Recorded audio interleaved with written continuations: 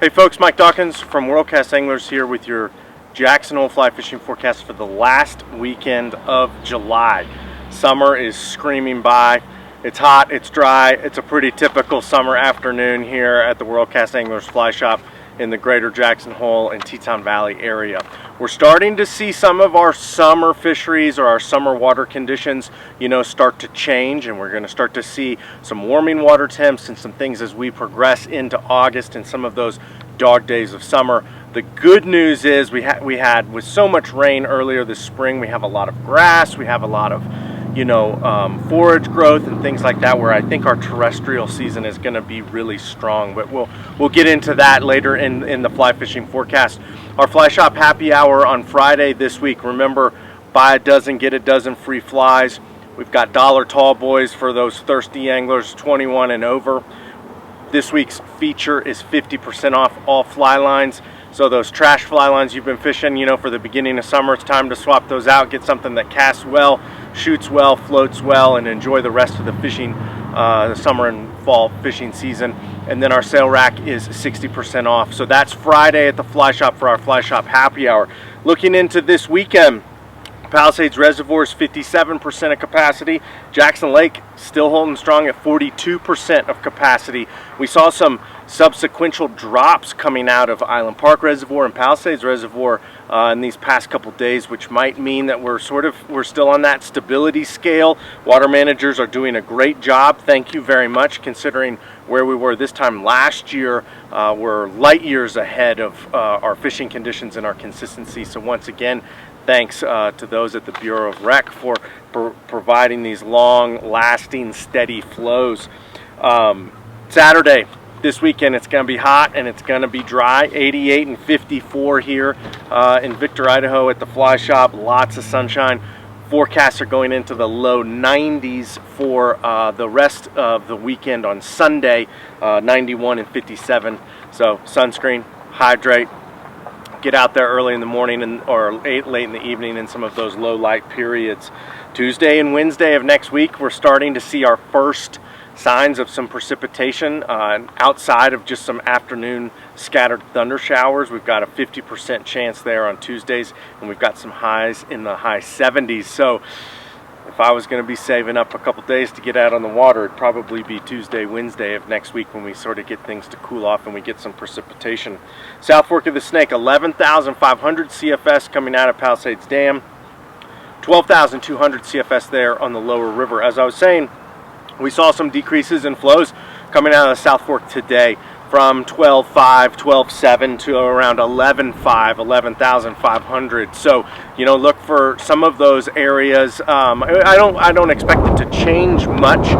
If anything, those lower flows could probably bring out the mutant stones maybe a little bit early. So instead of dead drifting, those water walkers and circus peanuts and stuff, now's the time to start twitching them. Those Classinia stoneflies, some of them have the shorter wing case, the nocturnal stone, mutant stone, however you want to say it, but they skitter on the water surface and they're usually come out in the evening or early morning. So look for some of those dawn patrol missions to be really good. The South Fork's been holding steady, and that's accompanied by its steady flows and stable nature that we've been seeing. The foam bite is still pretty darn good on the upper section and throughout the canyon. Fish are definitely a little bit more wise than they were at the beginning of the month, but you're going to see that anywhere in our fishing opportunities in the greater Jackson Hole area. Droppers are still producing. The dry fly fishing with PMDs and caddis and maybe some leftover yellow sallies here and there is still, okay. It's sort of on the so-so side, where not all those riffles, as we've remembered the South Fork of old, were chocked full of fish eating small dries. It's definitely a little bit more scattered this year, but I'm excited to maybe see what those the lowering of the flows does, this week and moving forward into the rest of our summer. There's hoppers and beetles, cicadas around. I definitely would start throwing a couple more of those in your fly box. The Snake and Jackson, 2,050 CFS coming out of Jackson Lake Dam, 4,120 CFS there on the lower river. Once again, top to bottom, the Snake in Jackson is fishing phenomenal. We've had some great days in the park. The lower river and the forest has been fishing good. It's all good on the Snake right now. Sort of that, still a bug bonanza, a lot of golden stones, a lot of caddis, a lot of PMDs, a lot of everything. So, you know, the snake is definitely fishing in that sort of true summertime fashion of how we love it. You know, Chernobyl bugs, wingless stones, G Superfly, Casey's Creature, some of the local favorites, you know, in our fly shop. All of those bugs are producing well with that foam bite.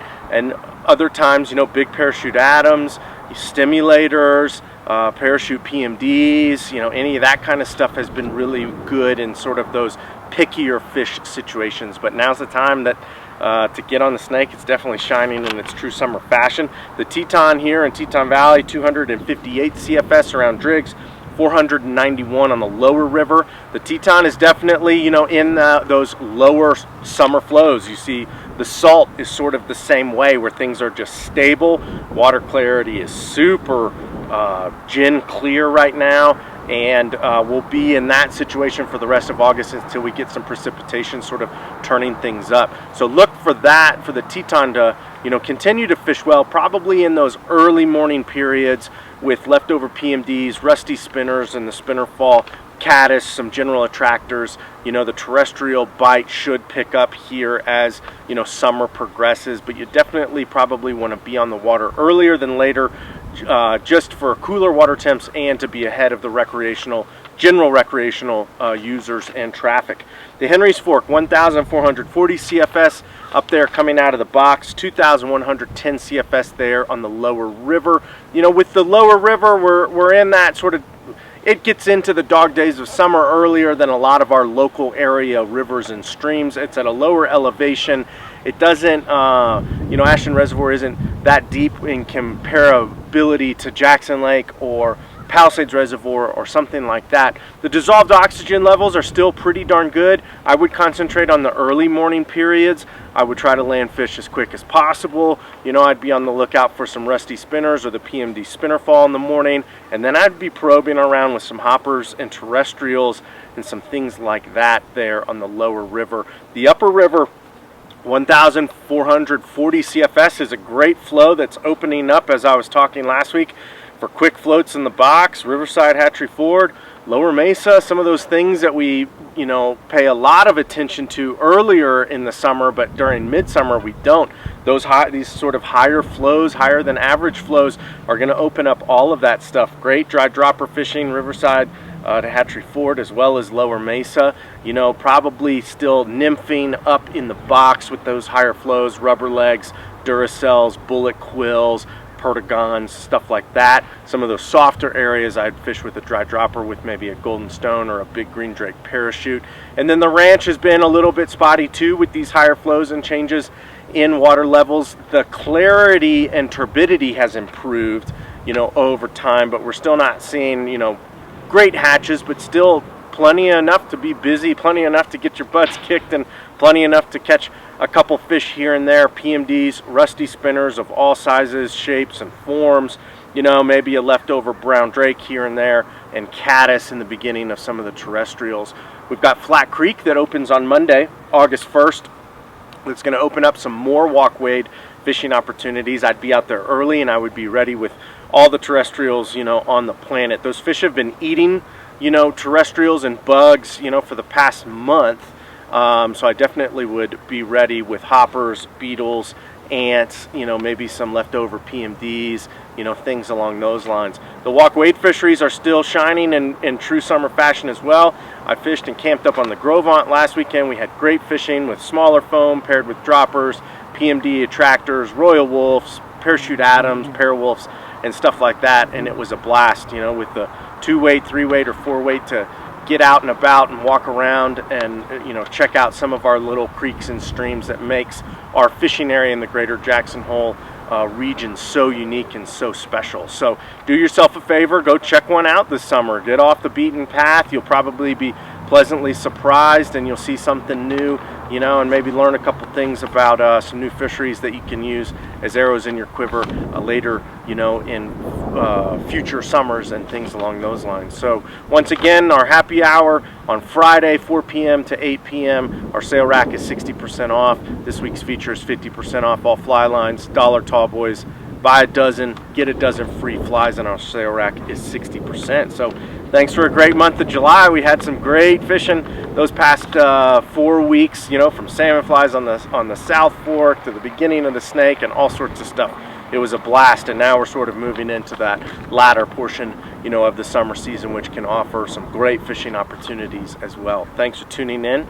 Have a great weekend and a safe weekend on the water, and we'll see you here next week.